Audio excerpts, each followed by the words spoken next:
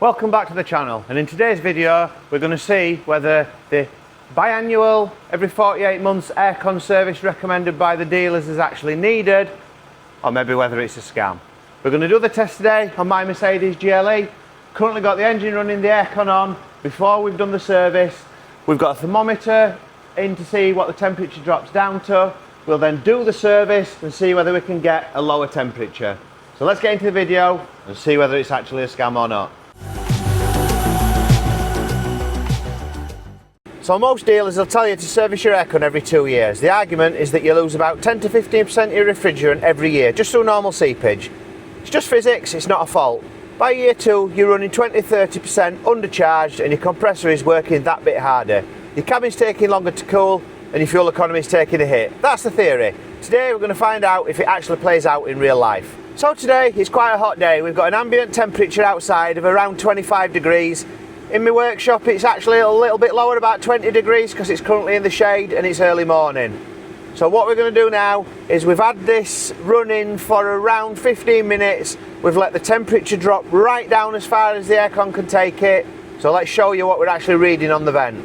So to give you some context, and this will be kept the same on both tests, we've got it on the coldest setting, we've got auto on, we've got air coming in from the outside, we haven't got recirc on, and we'll be doing exactly the same on the test afterwards. Now the temperature we have managed to pull down to is 7.8 degrees, 7.9 degrees Celsius, which is quite cold, but this aircon hasn't been serviced now for around 18 months. So we're going to do a service on it, we're going to pull a vacuum for 40 minutes, we're going to see what gas comes out, put the right amount of gas back in, and just see whether the actual service does make a difference and whether the dealers have been honest or whether they're just trying to get money out of people for the service. So let's get into it.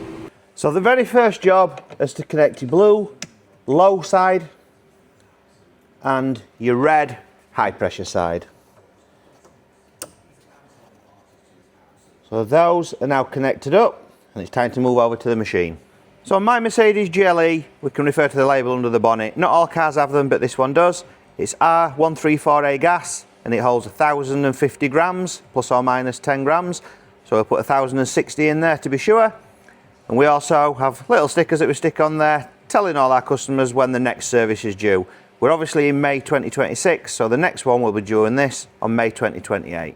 So once we get over to our new aircon machine, the one on the left is a little sad, that's broken, so we've had to replace it. You can see that we have got pressures on there, just under 5 bar on the low side, around about 7-8 bar on the high side, but we don't know how much gas is in. That we find out upon doing the service. So we set for 1,060 grams. We leave it on automatic. We know it's got the right amount of oil in it currently, so whatever oil it pulls out with the gas on automatic, it will put the same amount back in. We don't believe we've got any leaks, so we're not putting any UV dye on. And we're going to up the vacuum time to 40 minutes on this one. The longer the vacuum, the better. 20 minutes is the standard, but as I've got a little bit more time now, we're going to do this at 40 minutes and press enter. We now need to make sure that both the low and the high is open into the system on the car. And what we're doing now is setting it going. That is now going to start to pull all the old gas out, and we'll see exactly how much it manages to pull out on here. So after about 13 minutes of gas being recovered from the Mercedes GLE, it recovered about 875 grams, which is down about 185 grams, which is about 17% on what it should have in there. So once we've recovered all the old gas in the system, then it's time to do the vacuum on it. We've got it set for 40 minutes, and what we need to see is the air compressor drop down to minus 0.99 bar. So after the 40 minutes of the vacuum, it needs to hold the 0.99 bar. It does a 2-minute test to check for leaks where the vac pump cuts off and the system needs to hold at 0.99 bar.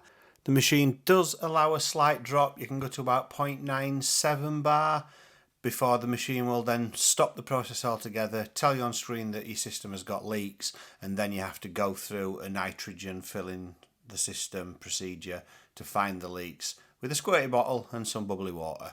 but on mine we know we don't have any leaks, so it's just a case of waiting for the leak test to complete. It will hold at 0.99 bar, and then we can move on to the process of filling it up with the correct amount of gas.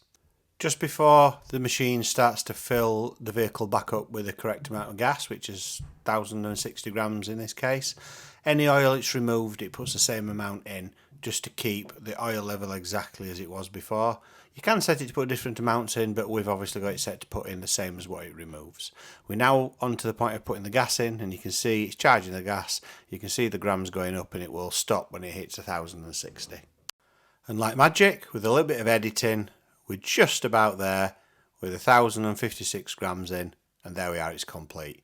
The next thing you have to do is close the high pressure side of the system off to the machine, go and start the car, and then you leave the low side open, you start the car, turn the aircon on, and what that does, it pulls the final bits of gas into the low side, and after a minute it then tells you to close the low side of the system off as well. So we're in the car, we've got it started, we've turned the aircon on, and we've got the system running. This is about a 60-second process. So once the 60 seconds is up, we close the low side, go back to the machine, press the button to tell it we've done that, and then what happens is the system is now totally closed off from the machine. The machine is now pulling any refrigerant that's left in the lines back into the machine. The aircon service is now complete, so we need to see whether we can get the temperature down any lower than it was before. So we recovered 875 grams and we put back in 1060. So just under 200 grams difference on what the system should have in and what the system had in. Lost what you'd expect it to lose over the 18-month period just through normal leaking through the seals as they do. No fault at all, that is just how the systems are. But there's definitely a difference, and we need to see whether that difference has made a difference to the temperature that we're getting inside the cabin. Now, I was sceptical myself over whether this was going to make a difference, but it has made a slight difference. Let's show you. So we're pulling 7.9 degrees previously. We're now down to 7.5 and it's still dropping slowly. We've only been running for a few minutes. So we've got about half a degree difference so far, and we may get a little bit more. So with all the fan speeds the same, the aircon set the same, everything set exactly the same as the previous test, we now have a result. So the final result is a drop to 7.2 degrees. Not far off a full degree colder. I would say that's definitely a difference and definitely a win for the service. Are you team service every 2 years like the dealer says, or team only when it stops being cold? Or top it up yourself with a cheap Alford's can?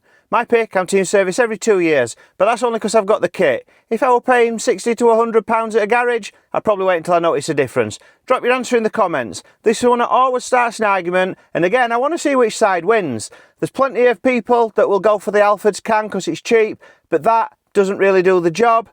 Let's see what you think.